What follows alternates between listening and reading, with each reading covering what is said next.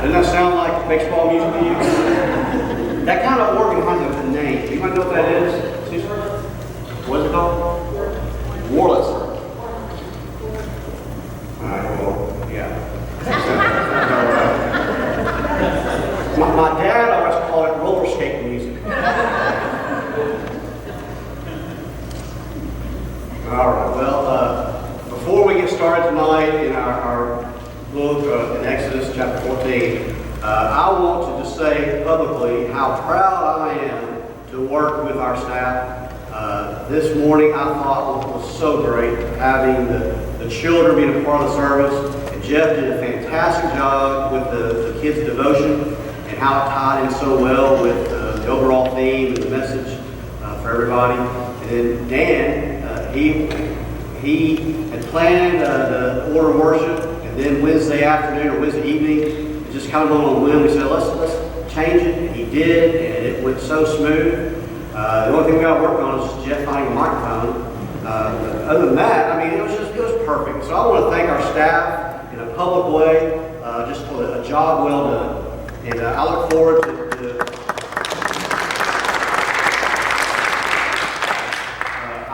being able to do the kids' devotions. We're going to try to do like a rotation. Jeff's going to do some, I'm going to do some, and Blaine's going to do some, and we're going to really open it up to just anybody who is able to and wants to.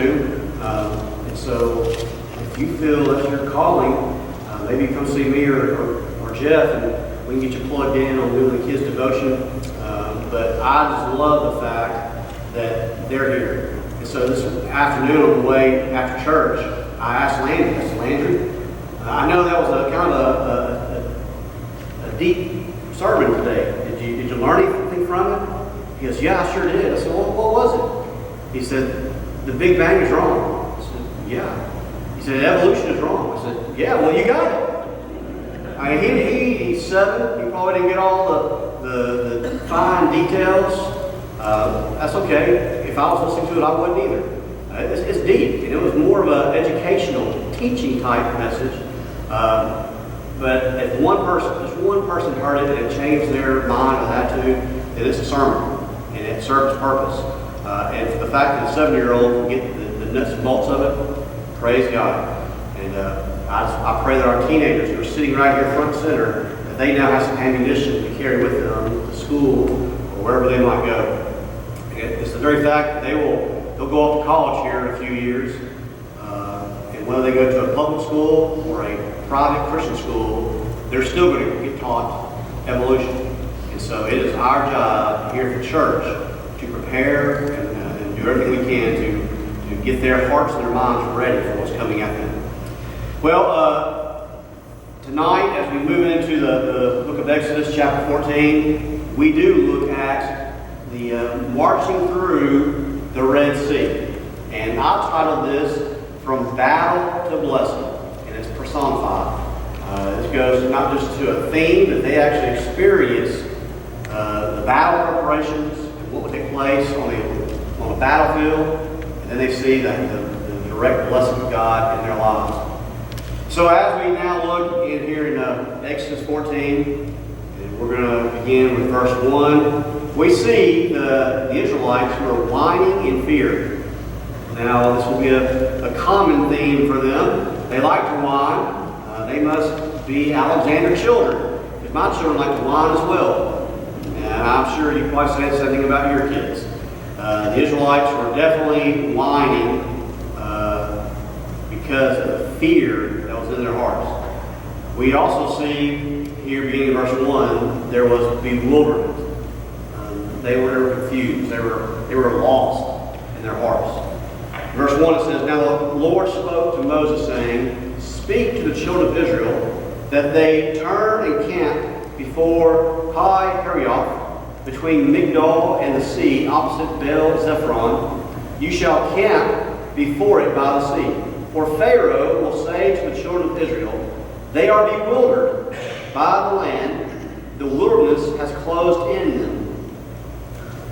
Then I will harden Pharaoh's heart, so that he will pursue them, that I will gain honor over Pharaoh and over all his army, that the Egyptians may know that I am the Lord.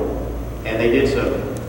So here, as they appear to be bewildered, and they really were bewildered because they didn't know what to do, God speaks to Moses and tells him that Pharaoh is going to chase after them.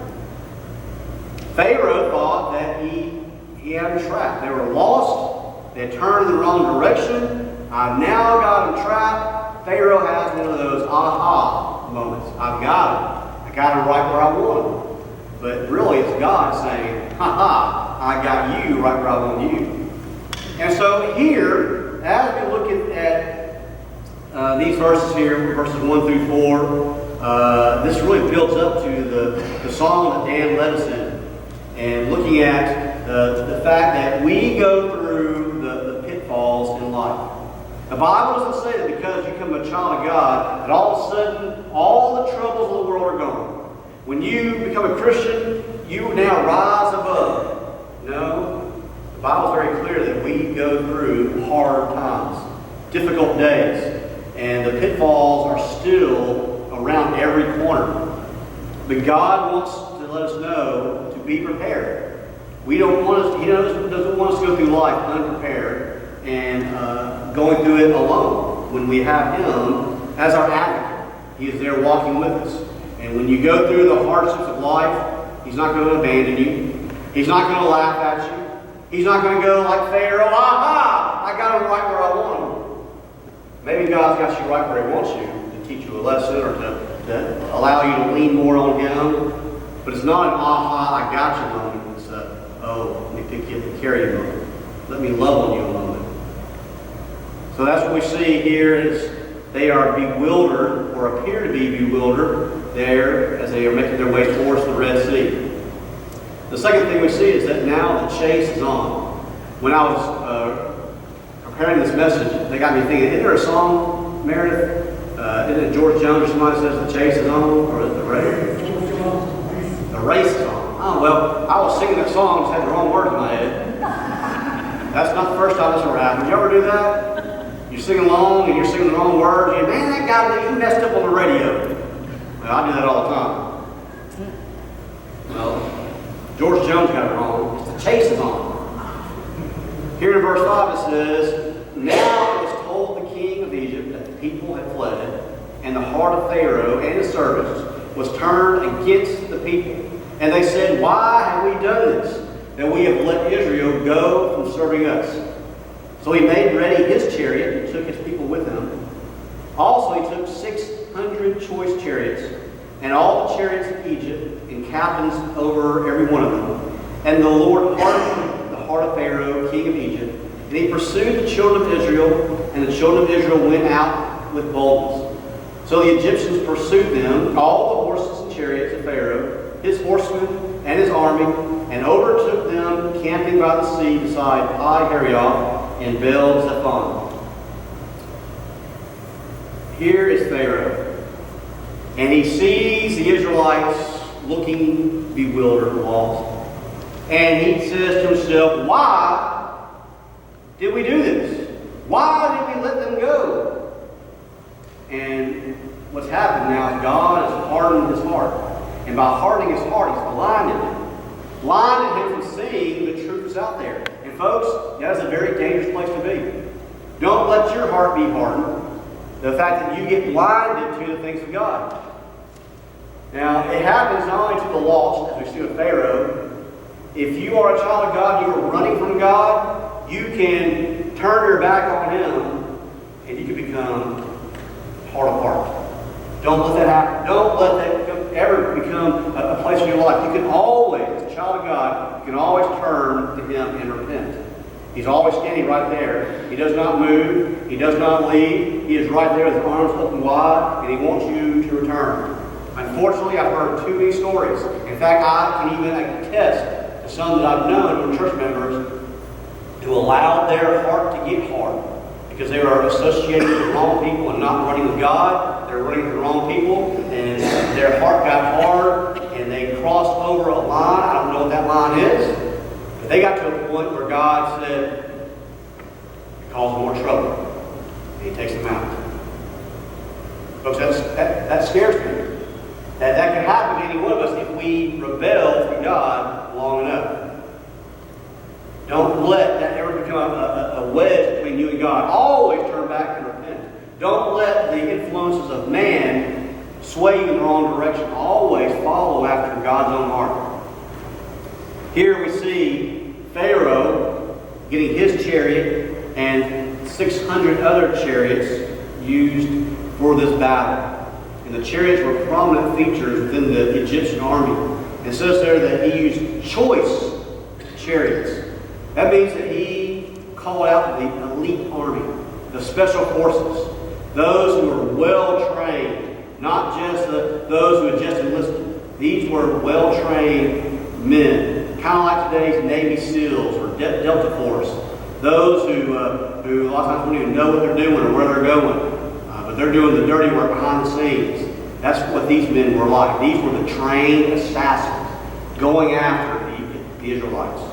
That tells you that Pharaoh's heart had gotten so hard that he didn't want to just go and beat them. He wanted to go and annihilate them because his heart had gotten so hard that he was so far away from turning to God that he wanted total destruction.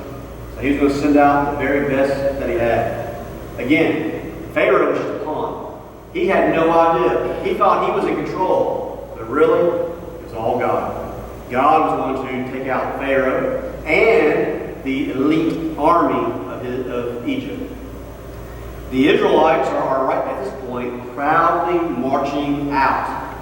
Until now, they realize, hey, we're being chased. The army is coming after us. And they've got horses. They've got chariots. We've got nothing. All we got is ourselves, and we're carrying a loot behind us. If you remember, they basically ransacked the Egyptians. Not literally. They went and asked the Egyptians for stuff, for gold and silver and supplies, and the Egyptians just gave it to them. It was basically essentially back wages for all the work they had done as slave labor. And now the Israelites are marching away with all this loot. Almost like they had just gone through and captured Egypt and taken all the good stuff for themselves. And now they're marching away with knapsacks and carrying bundles of stuff. And they don't have the horses. They don't have the chariots. They don't have the wagon, the covered wagon like you see in the Old West. They are on foot.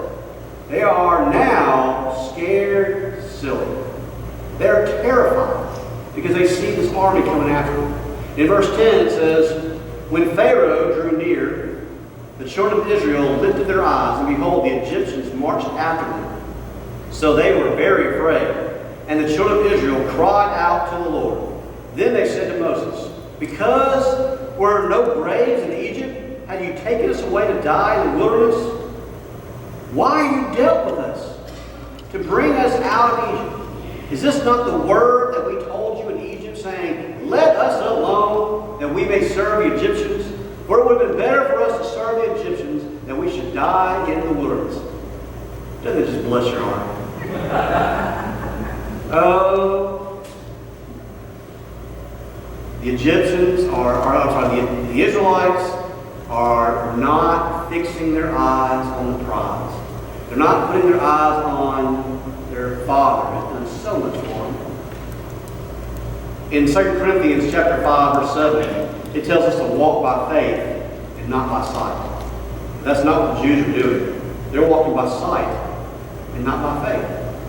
They have a body of water on one side of them that's going to prevent them from getting away. And now behind them is an army chasing after them that is a massive force of elite army. They are stuck in the middle between a rock and a hard place where they're going to die. And so their fear has taken over.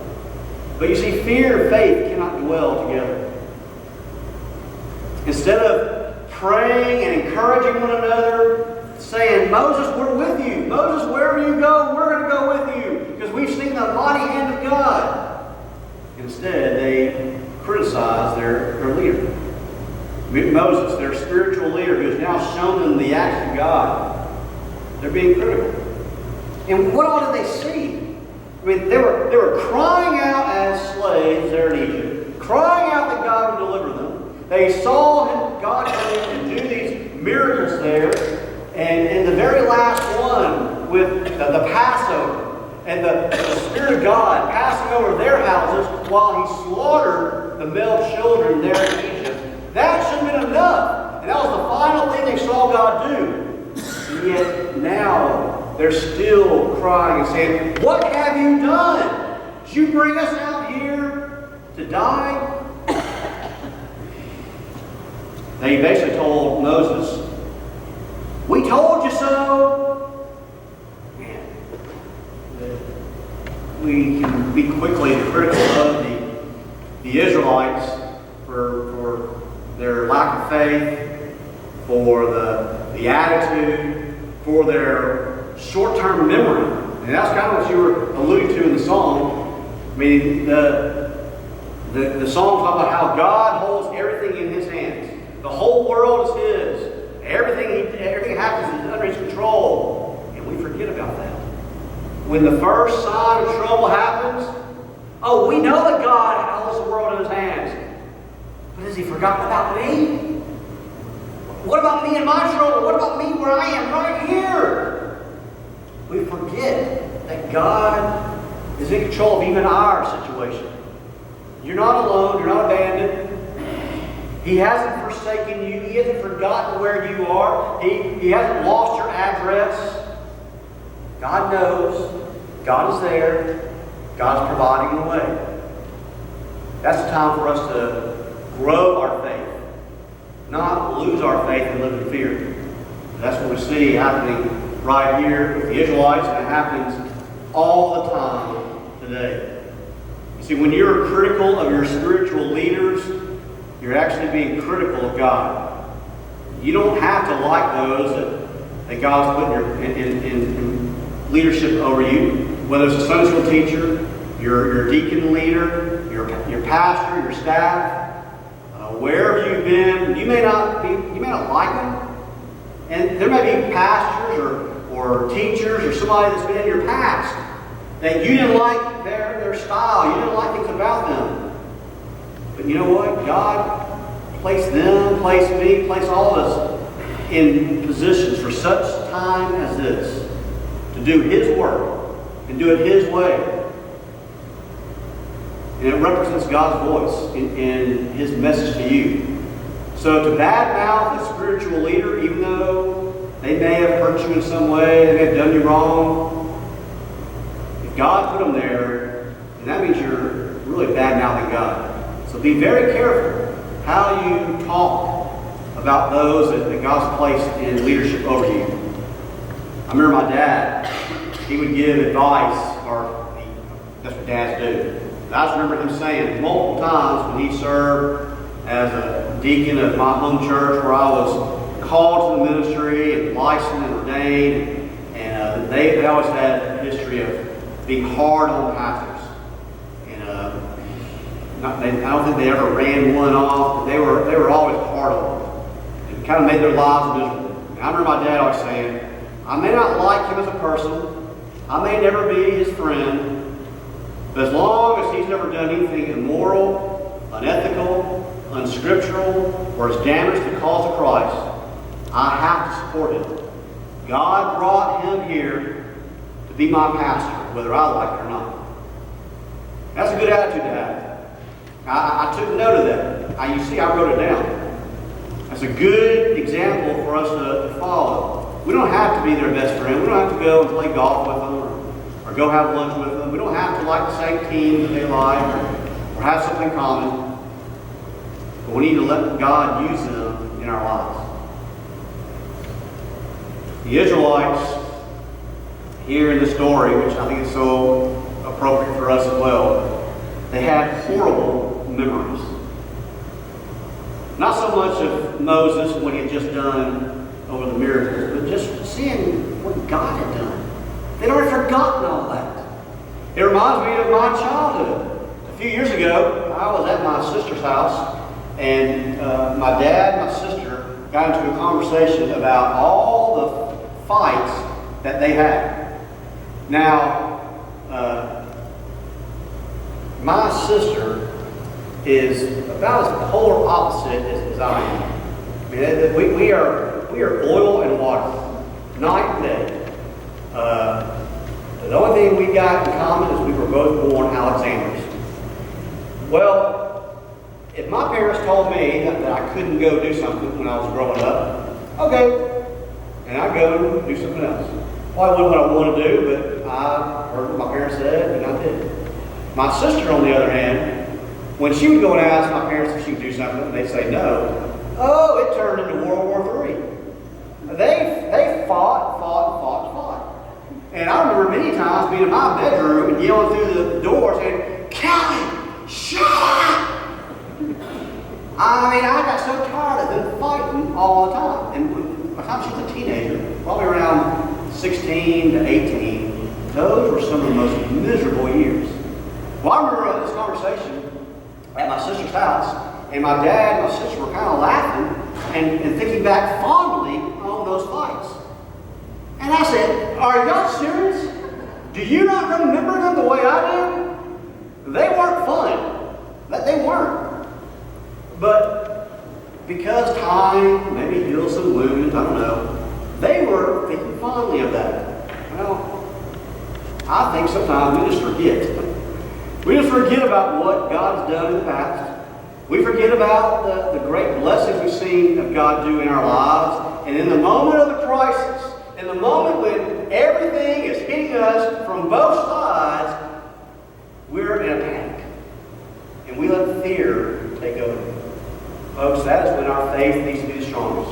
That's when we need to cry out to Him and say, God, I can't do this. I need You.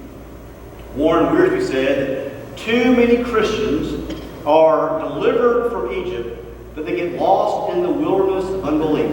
Yes, they are saved by the blood, but they fail to claim their rich spiritual inheritance by faith. Folks, I don't want you to miss out on the blessings that God has for you. Don't walk by fear, live in faith. All right, that leads us to our second point, and that is walking in faith. Moses tells them to be strong and courageous, which that is really more the theme of Joshua. But Joshua, who was Moses' right-hand man, learned a lot from Moses. And he took the theme that Moses was trying to teach the Israelites and taught the same thing in the book of Joshua. In verse 13 it says, And Moses said to the people, Do not be afraid, stand still and see the salvation of the Lord, which He will accomplish for you today. For the Egyptians whom you see today, you shall see again no more forever. It's a pretty definitive statement. You shall see again no more forever. The Lord will fight for you, and you shall hold your peace. And the Lord said to Moses, Why do you cry to me? Tell the children of Israel to go forward, but lift up your rod and stretch out your hand over the sea and divide it. And the children of Israel shall go on dry ground through the midst of the sea. And I will indeed harden the hearts of the Egyptians, and they shall follow them. So I will gain honor over Pharaoh and over his army, his chariots, and his horsemen. Then the Egyptians shall know that I am the Lord, when I have gained honor for myself over Pharaoh, his chariots, and his horsemen. As he's telling them to be strong and courageous, he's giving that instructions. Fear not. Stand still. I think oftentimes as Christians we think we've got to do something. Things aren't going my way. We've got to do the work. I'm late on my paychecks, or I'm late on my bills, so I got to do this. Well, possibly. Have you prayed about it first? Have you talked to God about it first? Before you feel like you've got to start doing something, why don't you listen to God? It may be that He wants you to go and do this thing, but that's not what He wants you to do. That He might have something else bigger and better for you to go do so that you can then pay your bills. The thing is fear not, stand still, and as Moses says, see the salvation. God not only has the gift of salvation from sin and from hell, but He also has salvation from the troubles of this world. He is here to carry us through the difficulty, and He will deliver you. And that is the message that we see there. People who are in a crisis, however, they have a hard time thinking rationally. That they're not able to process the things that are going on in their lives. And here, Moses is giving practical instructions. Stop, breathe, pray, trust in God, see His salvation, and let Him deliver you. Instead of spinning your wheels and going nowhere, stop. I saw this a lot when I was working in the crisis pregnancy ministry. I was working at a ministry called Choices Resource Center in East Tennessee. And we would see this time and time and time. These young ladies would come into our center, and they would find out they have an unplanned pregnancy, and they're now in crisis. They're now facing something they had unplanned. What now? And they don't know what to do. They don't know where to turn. And the job of our counselors, we don't call them counselors anymore now, they're not even intercessors. I'm not sure what their title is now. The job of the person who's sitting in the room with them was to get them to say, okay, wait a minute. Right now, you can only see with blinders on. Right now, you can only see what's right in front of you. You only see what you think you perceive to be chaos in your life. But let me help walk you through what life is like and what's still to come, what is out there, what are the options. You think that a counselor at a crisis pregnancy center would say, oh, here's what you got to go do. You got to have this baby. Well, as counselors, our job is not to tell somebody what to do. It's to let everybody see that, hey, yes, you're in a crisis, but it's not the end of the world. Here are the options. And once all the options are laid out there, and we go through what God has in store, most of the time, maybe most is not the right word, but a lot of the time, that young lady who's now calming down and starting to say, oh, well, that makes sense. Oh, okay, well, I see that. Once they finally have a little bit of clarity on the subject, they decide, okay, I will carry and have this baby. And whether they keep it themselves or they place it up for adoption or whatever, they realize there is answers other than getting rid of the problem as they see it. It's not a problem, we know that. But that's what their mind is thinking, I've got to get rid of this problem right now. And once we open their eyes and see, it's not a problem. Yes, it's not what you had planned for your life, but it's all okay. And lay out this foundation, then they start to see clearly. That's exactly what Moses is doing right here. And that's what you and I need in the moment of a crisis. When you feel like you're up against the wall and nothing is going the right way and you don't know what you're going to do next, that's when you need somebody to come alongside you and say, calm down. God's got this. And God's got you. And He will provide a way.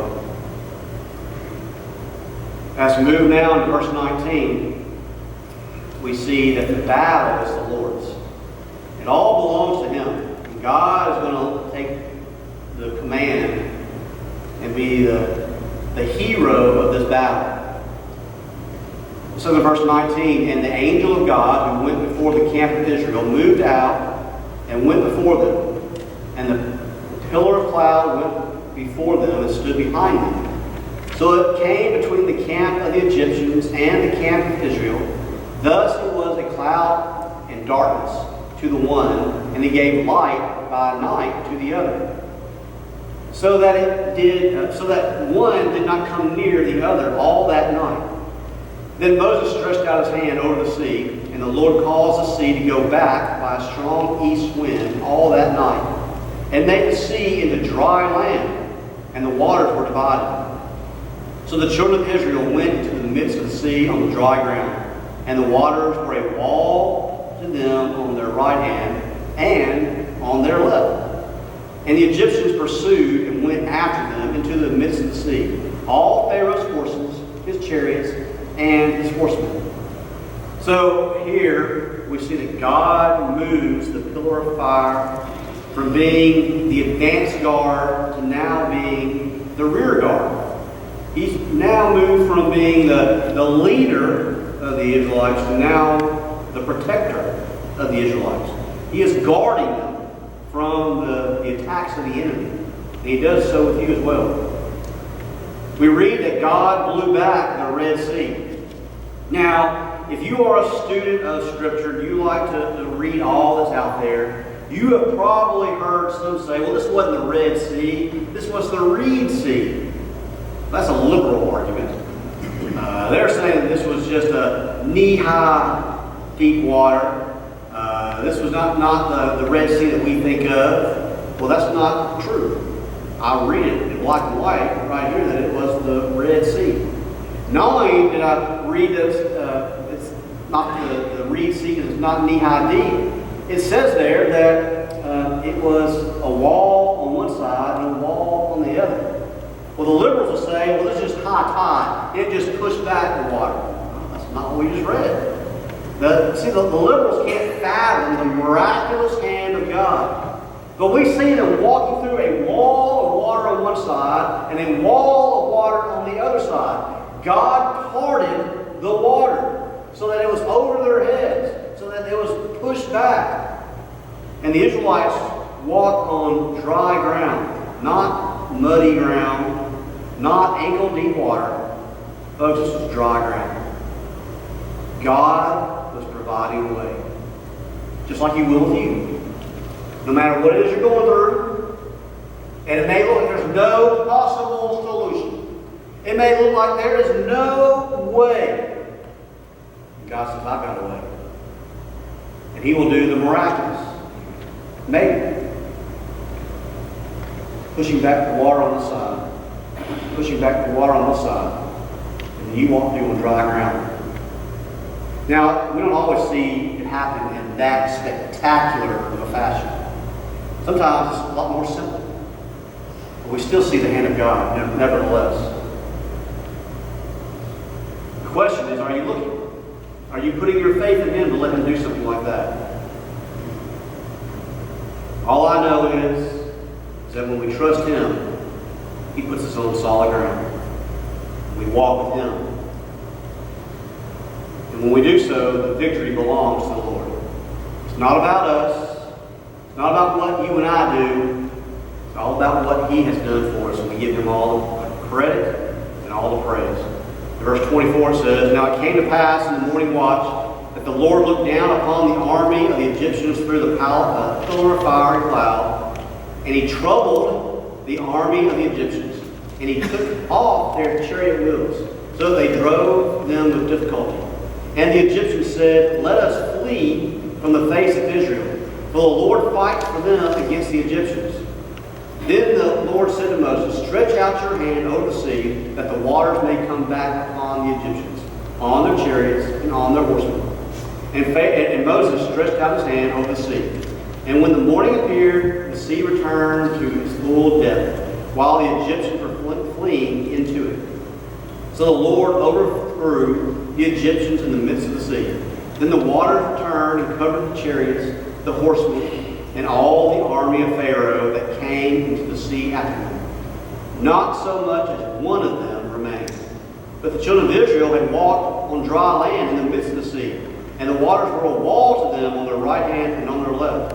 So the Lord saved Israel that day out of the hand of the Egyptians, and Israel saw the Egyptians dead on the seashore. Thus Israel saw the great work which the Lord had done in Egypt. So the people feared the Lord and believed the Lord and His servant Moses. Now as we read, we see the victory that God had there. It says that He troubled the army of the Egyptians. In other words, He had them so confused that they're now fighting with one another. Isn't that just like God? He didn't have the Israelites lift a finger. They didn't fire a single shot. The Egyptians were slaughtering each other because God did that work for them. If we go over to Psalm 77, verses 16 through 20, we see how this event is described. It says there that the waters saw you, O God. The waters saw you. They were afraid. The depths also trembled. The clouds poured out water. The skies sent out a sound. Your arrows also flashed about. The voice of your thunder was in the whirlwind. The lightning lit up the world. The earth trembled and shook. Your way was in the sea, your path in the great waters, and your footsteps were not known. You led your people like a flock by the hand of Moses and Aaron. Isn't that a beautiful picture, a very poetic picture of what took place that day? I can't wait. And I know heaven is not going to be like what I think it's going to be. I know there are things about heaven that I'll get there and it's like, oh, well, that's not what I thought it was going to be. But I would love it. I would love it if God has this great big movie theater that we get to go in and watch all the scenes of the Bible that we've read about for multiple times through. And I'd like to get to see that on the big screen. Not the Cecil B. DeMille version of it, but God's version of it. And I would love to see this play out right here. Along with every other story that's in the Bible as well. But this is one of those things. Now, I have a feeling that when I get to heaven, I won't care about the story of Moses and the Israelites walking through the Red Sea anymore. That those thoughts and those feelings will be long gone. But wouldn't it be great if He let us see that? Just let us get this glimpse of what He did. And then when we're walking out of the movie theater that day in heaven, we won't be saying, oh, that's a good theater, that's a good movie. But we say, God, you're so good. Wow, God, I thought it was great, but I had no idea. Well, we get a small taste of that right here in this 77th Psalm. Israel is now alive on the banks of the Red Sea. The Red Sea. The very place that just walked through. Wall of water on the right, wall of water on their left. They marched through on dry ground. I believe there was probably stone or rock. We know if you lakes, rivers, big bodies of water, it's going to be muddy. God said it was dry ground, so it had to be kind of a rocky soil, I guess. Either that or He miraculously dried up all the mud. But they're now on the other side. They're now on the banks. But the 600 warriors and their horses and their chariots are now dead. Some of them are floating on top of the water, and the Israelites are looking at them. Others are buried at the bottom of the sea. Now wait a minute. If you go back and look at Egyptian history, there's no mention of this. Well, would you write it in your history book either? If you were on the wrong side of God? No. The Egyptians were a proud people. I guarantee you when Pharaoh got back to his palace, the people asked, what happened? Where is everybody? I don't know about it. I don't never mention it again. It was done. Pharaoh lived in fear the rest of his life. People never talked about it. It's never written down in the Egyptian history books. But God gave us a copy of it. God let us see it right here. And because of it, it says there that the people feared the Lord and believed the Lord, and folks, you better do so as well.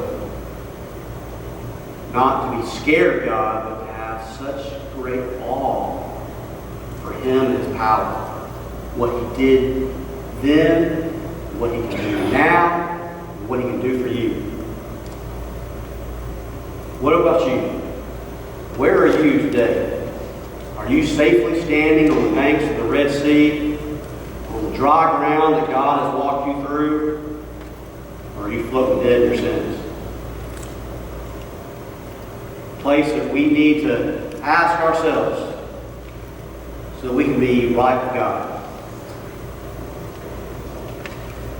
Folks, He is all powerful, all knowing, all present. He knows what's going on in your life.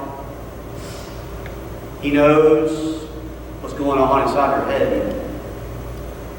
It's time to give it all to Him. Don't hold back. Don't reserve anything from God. Give it all to Him. Tonight, if you've never trusted Him as Lord and Savior, this is a great opportunity for you to meet this all-powerful God. Let Him become your Savior, your Lord, your Master.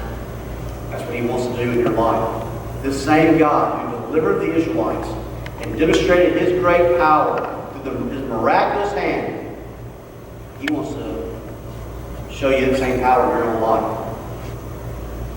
If you never trusted Him, it's not going to be a great night, a great time for you to trust in Him. Maybe you're right now in the midst of storms. Your back is up against the wall. You're between a rock and a hard place and you don't see a way out.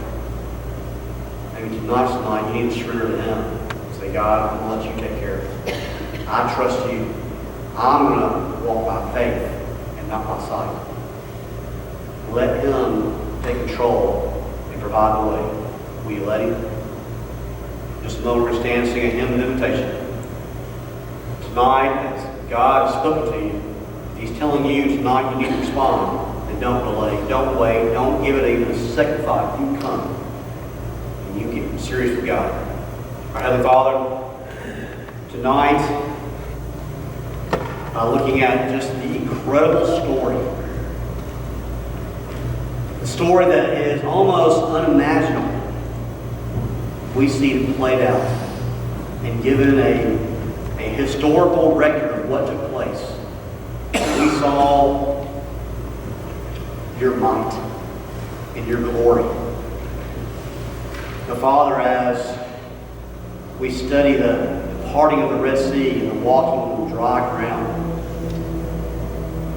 God, I pray that we will experience that same moment in our own lives, that You will rescue us, deliver us to the other side, and let us give You all the praise and glory for it. And so we give You this invitation, and we ask Your Spirit to move. It's in Christ's name we pray. Amen. I want to invite you